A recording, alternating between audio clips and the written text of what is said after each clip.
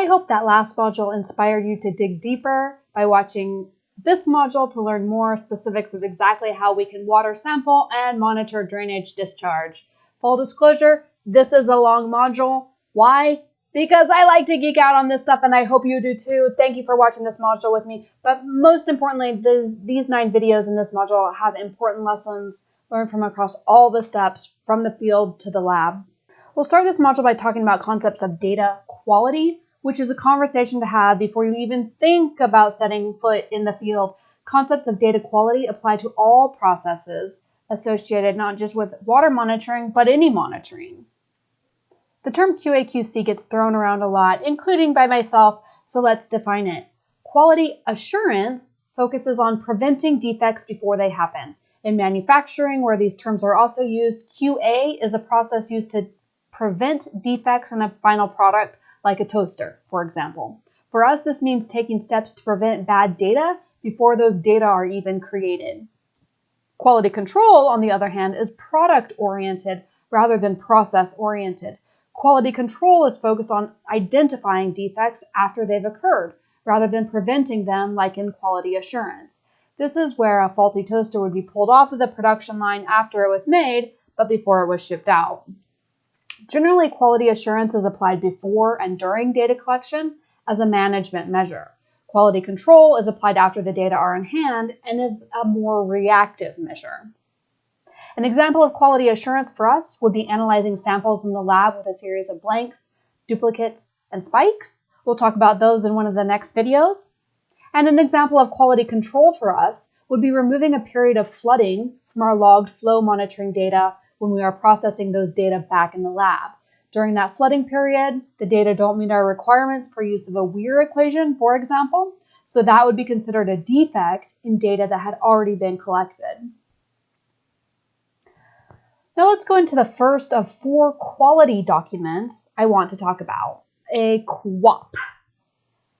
A QAP is a Quality Assurance Project Plan, and this document is required for any US EPA-funded project, as well as many other types of projects that you may be working on.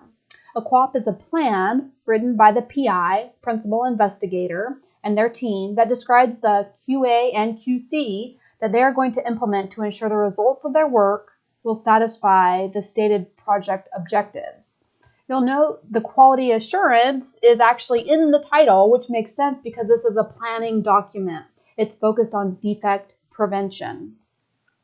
You can think of a QAP as a blueprint for the entire project so that reliable data are produced. More specifically, in this US EPA guidance, you include details in your QAP about who will use the data, the project goals, what decisions will be made from the data. This could be especially important in cases where there may be a regulatory component to what you are monitoring. You obviously include information about the data collection sites and visits and the type, quantity, and quality of the data you'll be generating. Some of this may sound familiar if you watched that earlier module that was an overview of monitoring. Being explicit about the data types, data quantity, and data quality is a recurring theme when you're planning water monitoring studies before you even set foot in the field. The next document to discuss is a field notebook, which arguably may be one of the very most important pieces of equipment for any field study, a field notebook.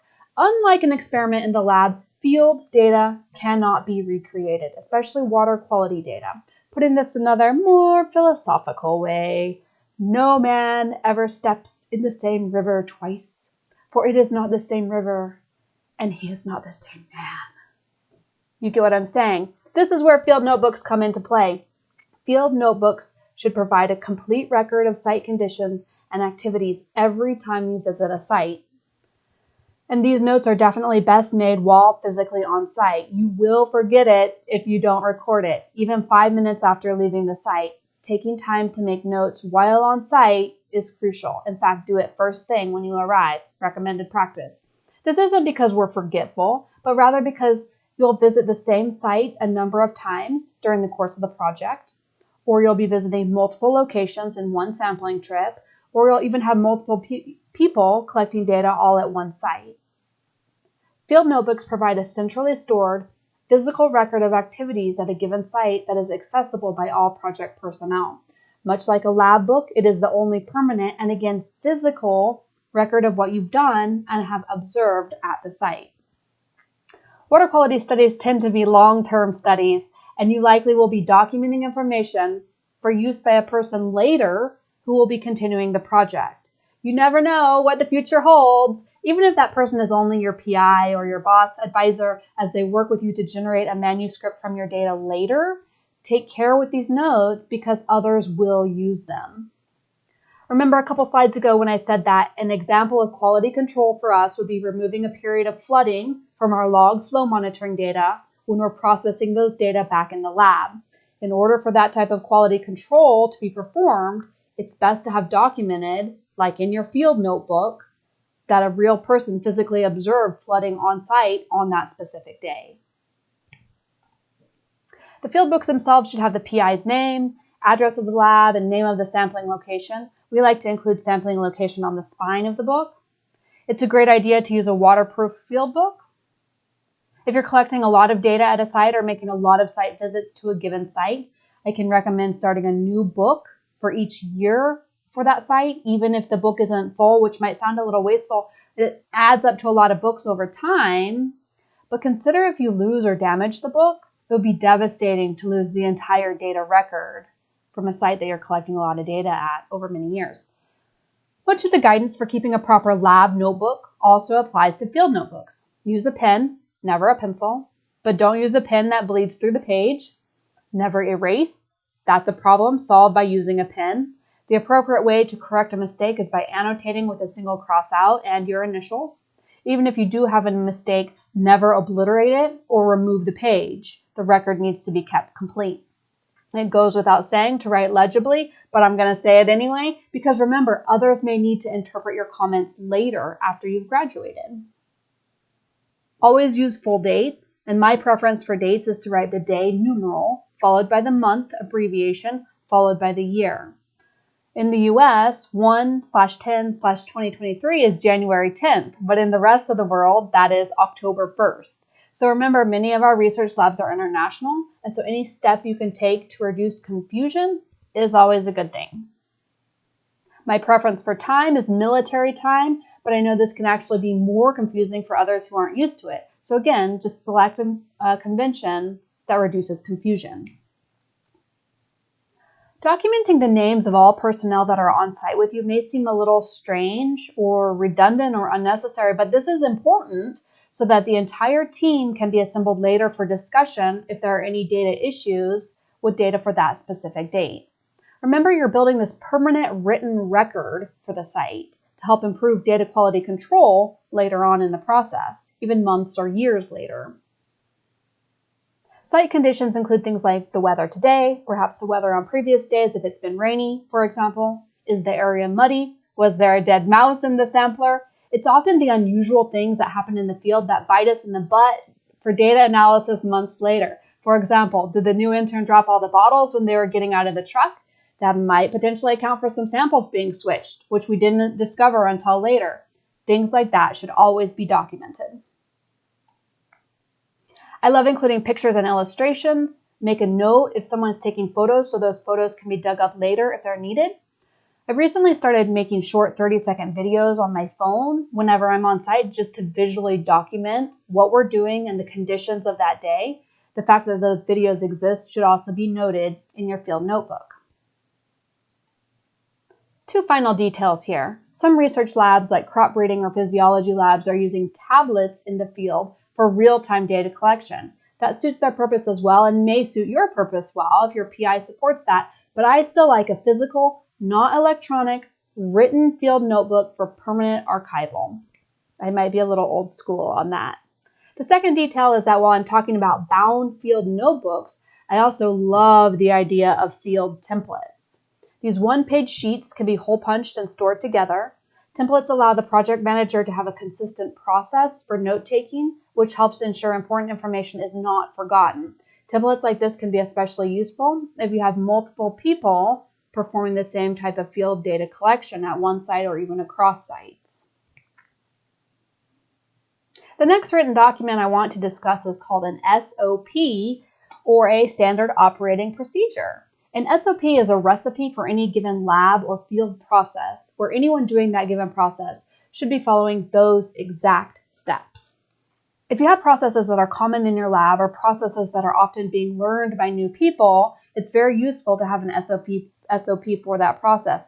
And your campus health and safety might actually require that you have SOPs for certain processes in your lab. These written documents detail the required materials, steps, and safety for any given procedure. In terms of data uncertainty, SOPs play an important role for maintaining consistency across the many people who may be working in your lab or at your field sites.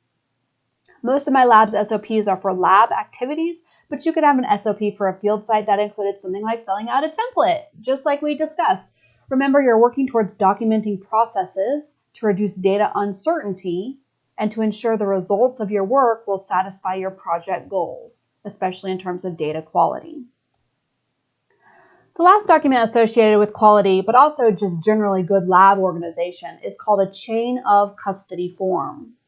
Think of yourself like a CSI detective who needs to carefully document and keep track of every piece of evidence collected at a crime scene. And by crime scene, in our case, I mean water sampling site. A chain of custody document is the chronological record documenting the date and person responsible for each sample handling step associated with each and every sample that comes into the lab. I like that some of these descriptions give very heavy and appropriate weight in that chain of custody should be unbroken trails of accountability, and they should document the sample from the moment of collection through to final disposal. Chain of custody documents are required to demonstrate sample control and sample integrity when the data are used for regulation or legal cases, like on CSI. Courtroom dramas are not often the case for tile drainage studies, fortunately for us, but this is a valuable process for any lab to have, nevertheless. What does a chain of custody form look like? Here's an example for field sample collection. You'll know the details for sample collection like date and time, and then note the signature lines. The sample was relinquished by so-and-so and then received by so-and-so. The chain of custody process we use in my lab is less formal because we don't have signature lines, but this helps us track each sample through every step. You see here these bioreactor samples from a site we named MCCD each have a sample date and a date they were brought to the lab by Mike Wallace. I know these samples were filtered on that same date by Naranga Wickramarafni. And then I know they were analyzed, and I know now where those samples are stored in the sterile room. I'll say that it took some effort as a lab, as the entire lab, to work this process out, and everyone had to be committed to it, and everyone had to use it. See you next time.